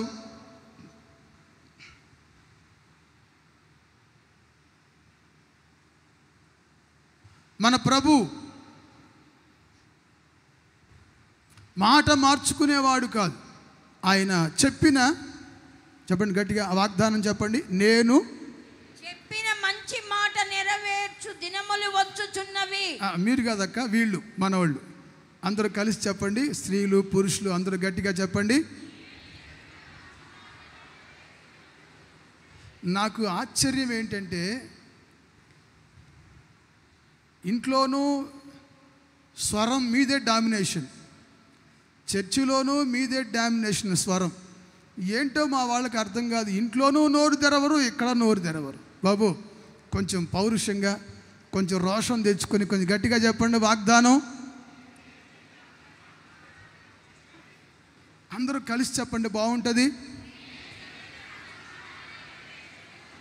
నేను చెప్పిన మంచి మాట నెరవేర్చు దినములు, దేవునికి మహిమ కలుగునుగాక. ప్రియులారా, యోసేపుకి చిన్నప్పుడే దేవుడు కొన్ని వాగ్దానాలు చేశాడు, కొన్ని దర్శనాలు ఇచ్చాడు. మనకు ఆ దర్శనాల గురించి బాగా తెలుసండి. యోసేపుకి దర్శనాలు, తన పొలములో తన యొక్క పన నిలబడింది. చుట్టూ ఉన్న పనులన్నీ యోసేపు పనకి సాగిలపడి నమస్కారము చేస్తున్నాయి. ఆకాశములో ఒక వేకువ చుక్క వలె యోసేపు ప్రకాశిస్తున్నాడు. సూర్యుడు, చంద్రుడు, నక్షత్రములన్నీ యోసేపుకి సాగిలపడుతున్నాయి. ప్రియులారా, యోసేపుకు తెలుసు ఎన్నో కష్టాలు వచ్చినాయి, ఎన్నో నిందలు వచ్చినాయి, ఎన్నో అవమానాలు వచ్చాయి, చెరసాల్లో వేయబడ్డాడు. ఎన్నో నిందల మధ్య గుండా యోసేపు జీవితం నడిపించబడుతుంది. యోసేపుకు తెలుసండి, యోసేపుకి బాహాటంగా తెలుసు. ఏమని తెలుసా? దేవుడు చెప్పిన మంచి మాట నెరవేర్చే దినములు నాకు ముందు ఉన్నాయి. ఆ దినములు దేవుడు మనకు అనుగ్రహించబోతూ ఉన్నాడు. దేవునికి స్తోత్రం. నేను చెప్పిన మంచి మాట నెరవేర్చే దినములు వచ్చుచున్నవని రాయబడినట్లుగా యోసేపుకు చిన్న వయసులోనే దేవుడు చూపించాడు, దర్శనాలు, కలలు చూపించాడు. అయితే ఐగుప్తుకు తీసుకుని వెళ్ళాడు. ఎన్నో కష్టాలలో, ఎన్నో నష్టాలలో, నిందల్లో, అవమానాల్లో యోసేపు సహించుకొని భక్తి చేశాడు. తగిన సమయం వచ్చిందండి. బైబిల్లో మనం చూస్తాము, యోసేపు దగ్గరికి సహోదరులందరూ వచ్చి సాగిల పడుతున్నారండి. యోసేపు దగ్గరికి తండ్రి అందరూ కూడా వచ్చి సాగిల పడుతున్నాడు. కరువు కాలములో వాళ్ళను పోషించాడు. కరువు కాలములో సర్వ దేశాలకి ఆహారం ఇచ్చి పోషించేటట్లుగా యోసేపును దేవుడు చేశాడు. ఈ రోజున ఈ మాటలు వింటున్న దేవుని ప్రియులారా, ప్రార్థన చేసేవారికి దేవుడిచ్చే మంచి ఆశీర్వాదం ఏంటో తెలుసండి? మనకు చెప్పిన మంచి మాటలన్నిటిని దేవుడు మనకి అనుగ్రహిస్తున్నాడు. దేవునికి స్తోత్రం. మనకు చెప్పిన మాటల్లో ఒక్కటి కూడా తప్పిపోదు. మనకు చెప్పిన మంచి మాటల్లో ఒక్కటి కూడా తప్పిపోకుండా అన్ని నెరవేర్చి ఆ దినాల్లో యోసేపును హెచ్చించినట్లుగా దేవుడు మనల్ని, మన పిల్లలని, మన కుటుంబాలని హెచ్చించి వర్ధిల్ల చేయునుగాక. ఒక్క మాట చెప్తాను. అక్కడ రాయబడిన మాట 15వ వాక్యం, 16వ వాక్యం కూడా చదువుకుందాం. ఒక్కసారి నేను ముగిస్తాను. ఇక 16వ వాక్యం. ఆ దినములలో యూదా వారు రక్షింపబడుదురు, యెరూషలేము నివాసులు సురక్షితముగా నివసింతురు. యెహోవాయే మనకు నీతి అని యెరూషలేమునకు పేరు పెట్టబడును. దేవునికి స్తోత్రం. యెరూషలేమునకు పేరు పెట్టబడుతుందటండి. మంచి పేరు పెట్టబడుతుందట.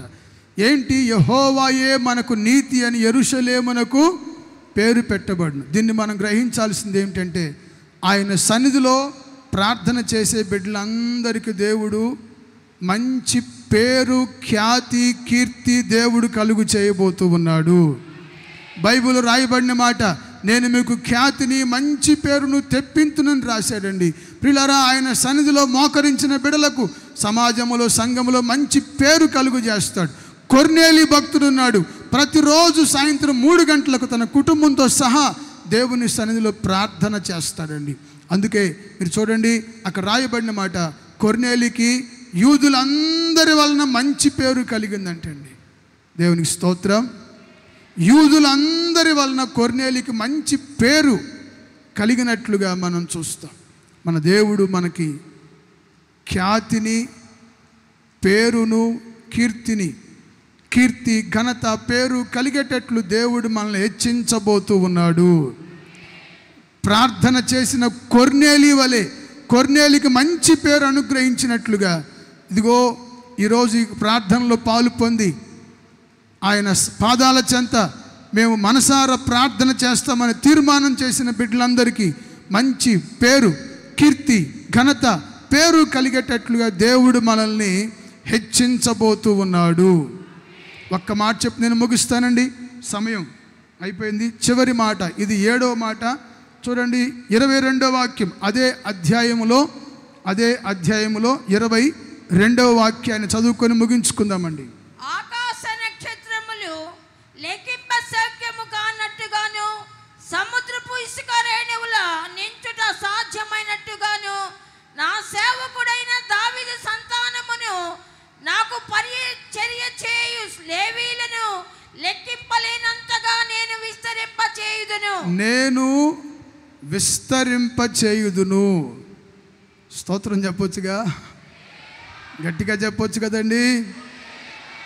నా సేవకుడైన దావీదు సంతానమును నాకు పరిచర్య చేయుచున్న లేవీయులను నేను విస్తరింపజేస్తానని ప్రభు సెలవిచ్చాడు. దీన్ని మనము మన ఆత్మీయ జీవితానికి ఎలా మలుచుకోవాలంటే, ప్రియులారా, ప్రార్థన చేసేవారందరికీ దేవుడు కృప విస్తరింపజేయుచున్నాడు. చెప్పు గట్టిగా హల్లెలూయా. ప్రార్థన చేయు వారందరికీ కృప చూపుటలో ఆయన ఐశ్వర్యవంతుడు గనుక తన ప్రార్థన చేసేవారందరికీ దేవుడు కృప విస్తరింపజేస్తాడు, క్షేమాన్ని విస్తరింపజేస్తాడు, జ్ఞానాన్ని విస్తరింపజేస్తాడు. ఈ సంవత్సరం క్యాలెండర్లో మీరు చూస్తారు కదా, మన హోసన్నా మినిస్ట్రీస్ క్యాలెండర్లో విస్తరింపచేయుట అనే టైటిల్ పెట్టారు పెద్దలు, పరిశుద్ధులు. విస్తరింపజేయుట. నిశ్చయముగా ప్రార్థన చేసే మనందరి బ్రతుకుల్లో దేవుడు కృప వెంబడి కృప విస్తరింపచేయునుగాక. నోవహు ప్రభు దృష్టిలో కృప పొందాడు. నోవహు కృప విస్తరింప చేయబడింది కనుకనే నోవహు కుటుంబం రక్షించబడింది. సర్వలోకము నీళ్లలో మునిగిపోయింది. అదే నీళ్ల మీద నోవహు ఓడ తేలిపోయింది. బైబిల్లో మనం చూస్తాం, నోవహు ప్రభు దృష్టిలో కృప పొందిన వాడై, కృప విస్తరింప చేయగలిగిన వాడై జీవించాడు. ఒక రోజున ఆయన కుటుంబం అంతా కూడా అరారాతు కొండ మీద కనబడుతుంది. నేనంటాను, ప్రార్థన చేసి కృప పొందిన వారందరూ కూడా ఒక రోజున సియోను కొండ మీద కనబడబోతూ ఉన్నారు. కొట్టు చప్పట్లు గట్టిగానే. కృప వెంబడి కృప పొందిన నోవహు ఆయన కుటుంబం అంతా ఒక రోజున అరారాతు పర్వతం మీద కనబడినట్లుగా, ప్రియులారా, ఆయన సన్నిధిలో ప్రార్థిస్తున్న మనందరికి కూడా దేవుడు కృపని, క్షేమాన్ని, జ్ఞానాన్ని, అభిషేకాన్ని విస్తరింపజేస్తాడు. మనమందరము కూడా సియోను కొండ మీద కనబడేట్లుగా దేవుడు మనకు కృప విస్తరింపజేసి ఆశీర్వదించునుగాక. అట్లాగే మోకరించండి, దయచేసి ప్రార్థన చేసుకుందాం. దయచేసి అట్లాగే ఒక్క నిమిషం అందరూ మోకరించినట్లయితే చివరి ప్రార్థన చేసుకుందాం. చిన్న ప్రార్థన చేసుకుందాం. ఈ మధ్యాహ్న సమయంలో ప్రార్థన గురించిన ప్రాముఖ్యతలు కొన్ని మనము ధ్యానిస్తూ వచ్చాం. దయచేసి మోకరించిన అందరూ చేతులెత్తి ప్రార్థన చేసేవారికి ఆరోగ్యమును, స్వస్థతను, సమాధానాన్ని ప్రభు ఇస్తున్నాడు. ఎన్నో విషయాలు మన ప్రభు మనతో మాట్లాడుతూ వచ్చారు. చేతులెత్తి తీర్మానముతో, ప్రభువా నాకు ప్రార్థన ఆత్మ అనుగ్రహించు, నాకు ప్రార్థన ఆత్మ అనుగ్రహించు, నాకు మెలకువ గల ఆత్మ అనుగ్రహించు ప్రభు అని కోరుకుందాం. అందరూ ప్రార్థన చేసుకుందాం. విసుగక ప్రార్థన చేయమని దేవునికి వాక్యం సెలవిచ్చింది. ఈ సందర్భంలో ప్రార్థన గురించి దైవజనులను దేవుడు నిలబెట్టి అమూల్యమైనటువంటి గూఢమైన సంగతులను దేవుడు తెలియపరిచాడు. నీవు నాకు మొరపెట్టుము, నేను నీకు ఉత్తరం ఇస్తానని సెలవిచ్చిన దేవుడు. ఆయన సన్నిధిలో మనం ప్రార్థించగలిగిన వ్యక్తులుగా మనం ఉన్నట్లయితే మనకు ఆరోగ్యమును, స్వస్థతను కలుగు చేసి సమాధానమును సమృద్ధిగా దయచేస్తానని ప్రభు సెలవిచ్చాడు. మన దోషములను క్షమిస్తానని సెలవిచ్చాడు. ఘనతాస్పదముగా చేస్తానని సెలవిచ్చాడు. అందరూ ప్రార్థన చేసుకుందాం. కృప కలిగిన దేవుడు, సమృద్ధి అయిన కృపని దేవుడు మీ ఎడల సమృద్ధి అయిన కృపని విస్తరించున్నట్లుగా, మంచి పేరును, ఖ్యాతిని కలుగు చేయనట్లుగా ప్రభువా ఈ సందర్భంలో ప్రభువా మీ దాసు నిలబెట్టి మీరు మాతో మాట్లాడారయ్యా. నీ అమూల్యమైన వాక్కుల ద్వారా మీరు మాతో మాట్లాడారయ్యా. ఘనత లేని వ్యక్తులుగా ఉన్న మా జీవితంలో ఘనత కలుగునట్లుగా, ఖ్యాతి కలుగునట్లుగా, మంచి పేరు కలుగునట్లుగా, ఆరోగ్యము కలుగునట్లుగా, క్షేమము కలుగునట్లుగా, సమాధానము కలుగునట్లుగా యేసయ్యా నీ కృప దయచేయండి అయ్యా అని అందరూ ప్రార్థన చేసుకుందాం. హల్లెలూయా, హల్లెలూయా, హల్లెలూయా. మన మధ్యలో దైవజనులు ప్రార్థన చేస్తారు. అందరూ తీర్మానం చేసుకోండి, ప్రార్థన చేసుకుందాం. విసుకక నేను ప్రార్థన చేసే గుంపులో నేను ఉండాలయ్యా. నా కుటుంబాన్ని నేను ఘనత నిమిత్తమైన కుటుంబముగా మార్చబడేందు కొరకు సంతోష స్వరము వినబడాలి. తలలో ఉంచినట్లయితే ప్రార్థన చేసుకున్నాం. మహాపరిశుద్ధుడా, మహోన్నతుడా, మహాగణుడా, యేసురాజా మీకు స్తోత్రాలు, వందనాలు చెల్లించుకుంటున్నామనైనా. ఈ ప్రాంతాన్ని, ప్రాంత ప్రజల్ని, సంఘస్థుల్ని, సేవకులను ప్రేమించి 3 దినములు మీ సన్నిధిలో నివసింపజేసినందుకే మీకు స్తోత్రము తండ్రి. ప్రతి క్షణం మాతో మీరు మాట్లాడుతున్నందుకే మీకు స్తోత్రము నాయనా. మా ఆత్మీయ స్థితిగతులు ఎరిగిన దేవుడు నాయనా. ప్రార్థనలో వెనకబడిపోయి ఉంటున్నామేమో నా తండ్రి, అందుకే మీరు మాట్లాడారు. మీరు మాట్లాడితే అది సత్యమైన మాటలు నా ప్రభువా. మీ దాసుని నిలబెట్టుకొని మా ప్రభువా మాతో మీరు మాట్లాడిన ప్రతి మాట కొరకే మీకు స్తోత్రమునైనా. ప్రార్థన చేసేవారికి కలిగే ఆశీర్వాదాలు, నాకు మొరపెట్టుము నీకు ఉత్తరం ఇచ్చేదను, నీవు గ్రహింపలేని గూఢమైన సంగతులు తెలియజేస్తున్నారు. ఇది మీ మాట నా ప్రభువా. అయ్యా మీ మాట సత్యమైన మాటలు నా ప్రభువా. ప్రార్థన చేసే వారికి కలిగే ఆశీర్వాదాలు ఎన్నెన్నో మీ దాసుని ద్వారా మీరు మాట్లాడిన ప్రతి మాట కొరకే మీకు స్తోత్రమని అయినా. ప్రార్థనా జీవితం కలిగిన వారికి స్వస్థతను కలుగజేస్తున్నారు నాయనా, సమాధానం కలుగజేస్తున్నారు నా ప్రభువా. మనుషులకు మొరపెడితే, బంధువులకు చెప్తే ఎవరు కూడా వినరు నాయనా. మీరు మా దేవుడు, వినే దేవుడు, చూస్తున్న దేవుడు నాయనా. ప్రజలలో ఆరోగ్యము కలుగునగాక, సమాధానం కలుగునగాక. ప్రార్థన చేసేవారి దోషమును అయ్యా తండ్రి, పాపమును క్షమించే దేవుడు నాయనా. ఈ ప్రపంచంలో ఎవరు కూడా మా దోషాన్ని, మా పాపాన్ని క్షమించలేరు, మీరు తప్ప నా ప్రభువా. అయితే మేము ప్రార్థన చేయగలిగితే మా పాపము దోషమును క్షమించి మాకు సంతోషాన్ని కలగజేసే దేవుడు నాయన. మాకి ప్రార్థన ద్వారా ఘనతను కలగజేసే దేవుడు నా ప్రభువా. ప్రార్థన ద్వారా మీరు చెప్పిన మంచి మాటలు నెరవేర్చే దేవుడు నాయన. యేసేపుకు చెప్పిన మాటను బానిసగా ఉన్న దేశంలో మీరు నెరవేర్చారు నా ప్రభువా, మీకు స్తోత్రం. మాట తప్పని దేవుడయ్యా. మీరు ఆనందాన్ని, సంతోషాన్ని, పెళ్లి కుమారుని స్వరాన్ని పోగొట్టుకున్నారేమో. మీరు మాట్లాడారు సూటిగా తేటగా. ప్రార్థన చేయగలిగితే పోగొట్టుకున్న సంతోషాన్ని, ఆనందాన్ని తిరిగి ఇస్తానని వాగ్దానం చేశారు. గొప్ప దేవుడు, నమ్మదగిన దేవుడు నైనా తండ్రి, మీకు స్తోత్రము నా తండ్రి. కృపగలిగిన దేవుడు నైనా, గొప్ప పేరు కలుగుతుందని సెలవు ఇచ్చారు నైనా. ఈ ప్రాంతంలో, ఈ నంద్యాల పరిసర ప్రాంతంలో, ఈ జిల్లాలలో మా బిడ్డలకి గొప్ప పేరు కలుగు చేయబోతున్నందుకే మీకు స్తోత్రమునైనా. గొప్ప పేరు కలుగునగాక. ఈ మందిరానికి గొప్ప పేరు కలుగునగాక. ఈ ప్రాంతంలో సేవకులకి గొప్ప పేరు కలుగునగాక. విశ్వాసులకి గొప్ప పేరు కలుగునగాక. ప్రార్థన చేస్తే కృప విస్తరింపజేస్తాను సెలవు ఇచ్చారు నా తండ్రి. కృప కలుగునుగాక, కృప విస్తరించునుగాక, కృప ఆవరించునుగాక. ఏ మాట కూడా వ్యర్థమైపోకూడదు నాయనా. కుడి ఎడమ తెలియని ప్రజలు నాయనా, మీరు నేర్పించినందుకే స్తోత్రము నాయనా. ప్రతి ఒక్కరూ ప్రార్థనా జీవితము కలిగి ఈ ఆశీర్వాదాలు పొందుకునే కృప దయచేయమని వేడుకొనుచున్నాము నాయనా. ఆనాడు మా పితరులు జయాన్ని పొందుకున్నారు నా ప్రభువా. ప్రార్థన ద్వారానే ఈ మాటలు వ్యర్థమైపోకుండా, సాధారణుడు గురుగులు నాటుకుండగా, సాధారణుడు ఎత్తుకుపోకుండా పరిశుద్ధాత్ముడా ప్రతి ఒక్క హృదయములో కదిలపరచండి నాయనా, స్థిరపరచండి నా ప్రభువా.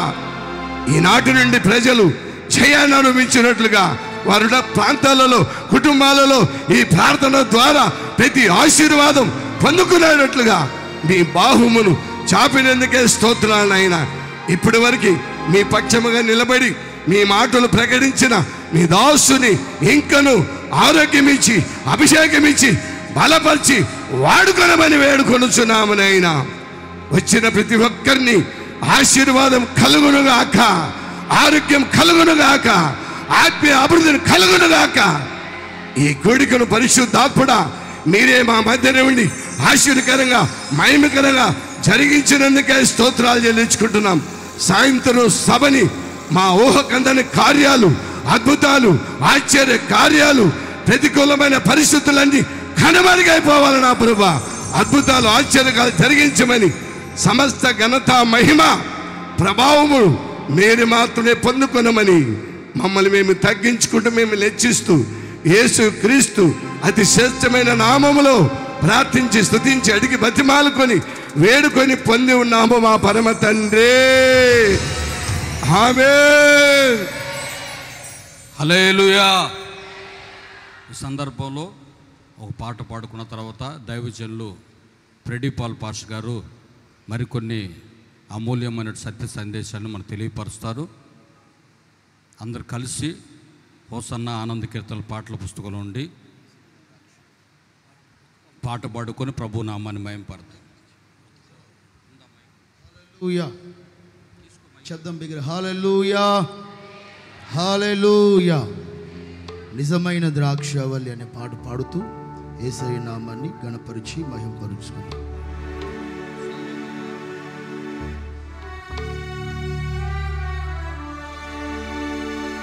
నిజమైన ద్రాక్షవల్లి నీవే,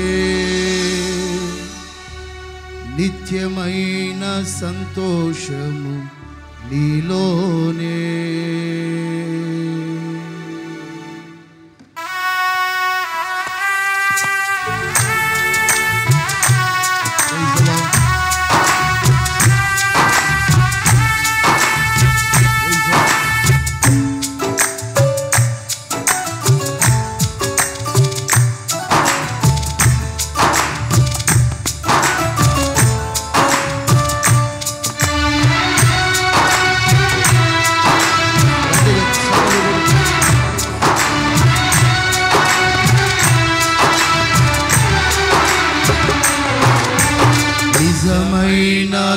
ద్రాక్షవల్లి నీవే,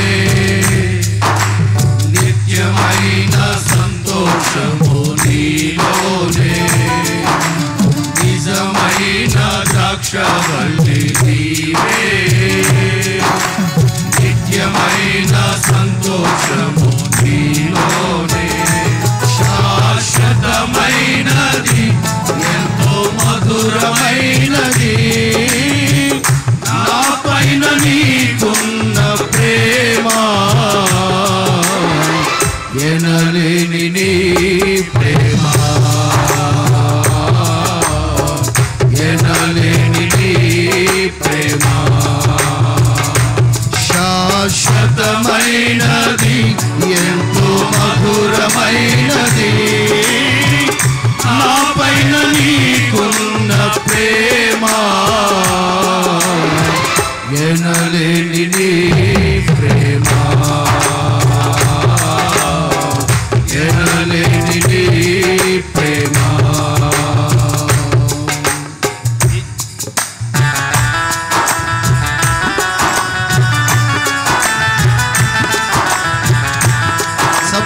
సంతోషంగా దేవుని నామాన్ని గణపరిచి మహిమపరుద్దాం.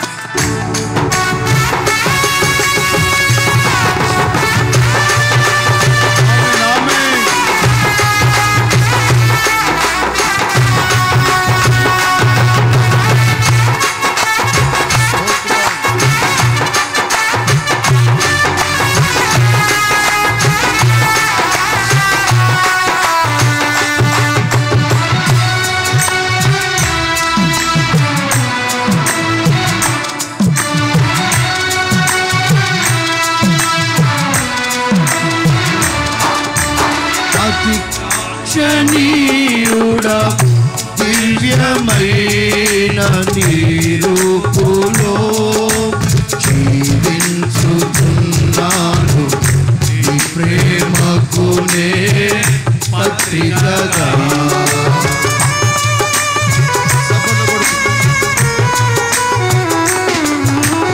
అతి కాంక్షణీయుడా దివ్యమైన నీ రూపులో జీవించుతున్నాను, నీ ప్రేమకు నే పత్రికగా.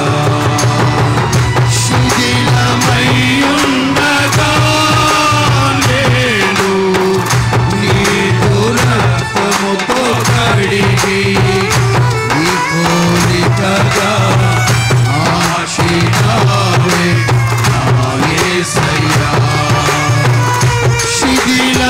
శిథిలమయ్యుండగా నేను నీ రక్తముతో కడిగి, నీ పోలికగా మార్చినావే నా యేసయ్యా.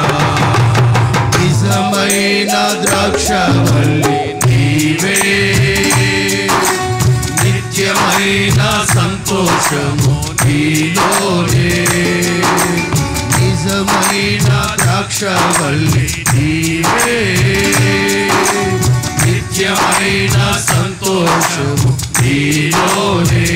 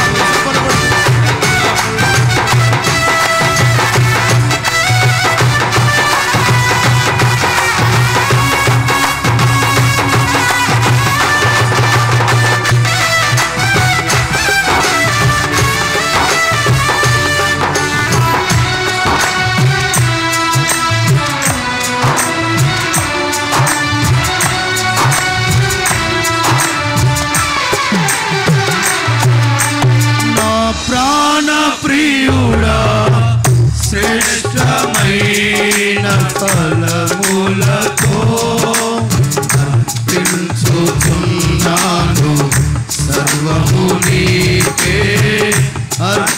అర్పణగా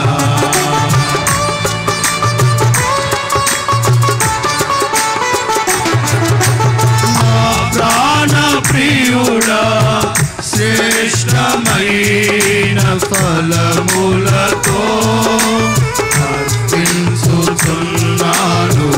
సర్వము నీకే అర్పణగా వాడిపోనివ్వక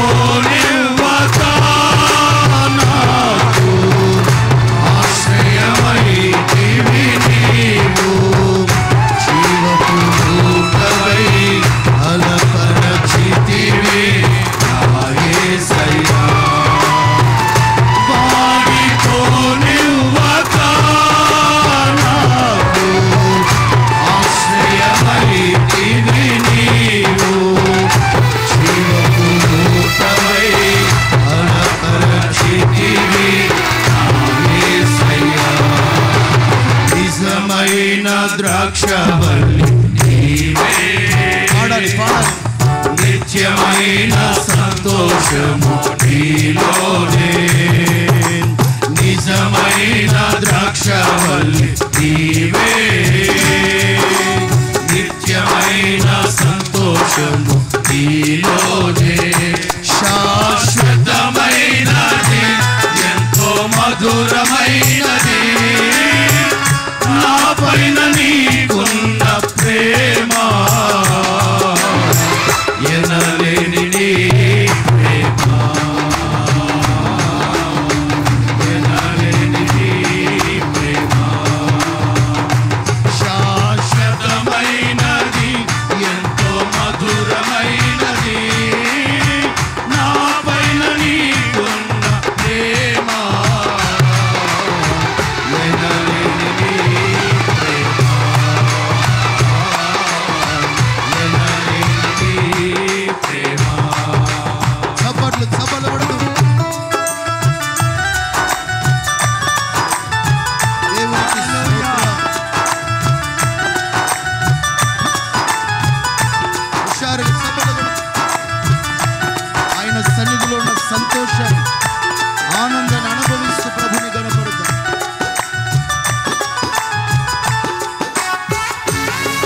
ఆమేన్, ఆమేన్.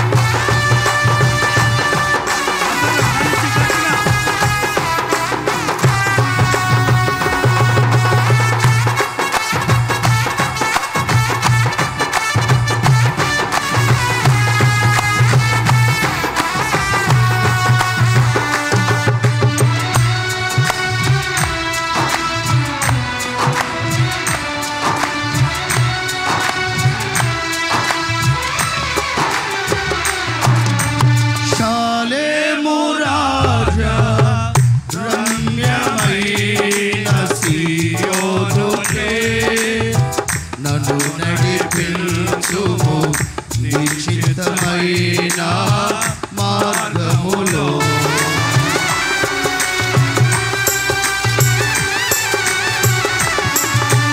శాలేము రాజా రమ్యమైన సీయోనుకే నన్ను నడిపించుము నిశ్చితమైన మార్గములో అలసిపోనివ్వక నన్ను నీదు ఆత్మతో నింపి ఆదరణకర్తవై నన్ను చేర్చుము నీ రాజ్యములో అలసిపోనివ్వక నన్ను నీదు ఆత్మతో నింపి ఆదరణకర్తవై నన్ను చేర్చుము నీ రాజ్యములో నిజమైన ద్రాక్షవల్లి నీవే నిత్యమైన సంతోషము నీలోనే నిజమైన ద్రాక్షవల్లి నీవే నిత్యమైన సంతోషము నీలోనే శాశ్వతమైనది ఎంతో మధురమైనది నా పైన నీకున్న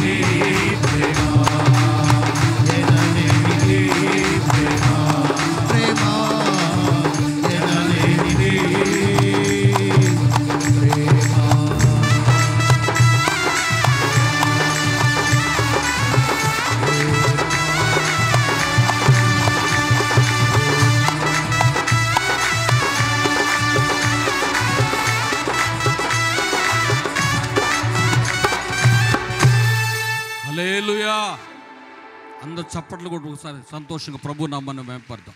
ఈ సందర్భంలో దైవజనులు ఫ్రెడీ పాలన్న గారు మన మధ్యలో ఉన్నారు.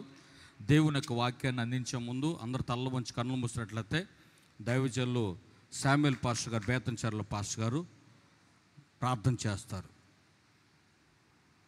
అందరు తల్ల వంచి కన్నులు మూయండి.